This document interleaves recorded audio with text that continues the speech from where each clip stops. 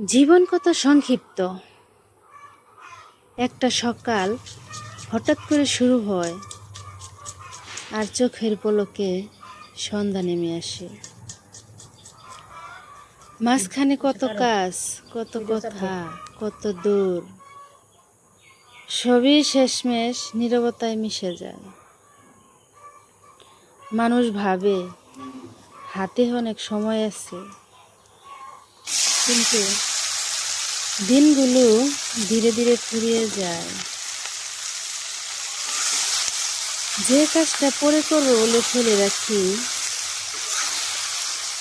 সেই পরেটা আর কখনো আসে না।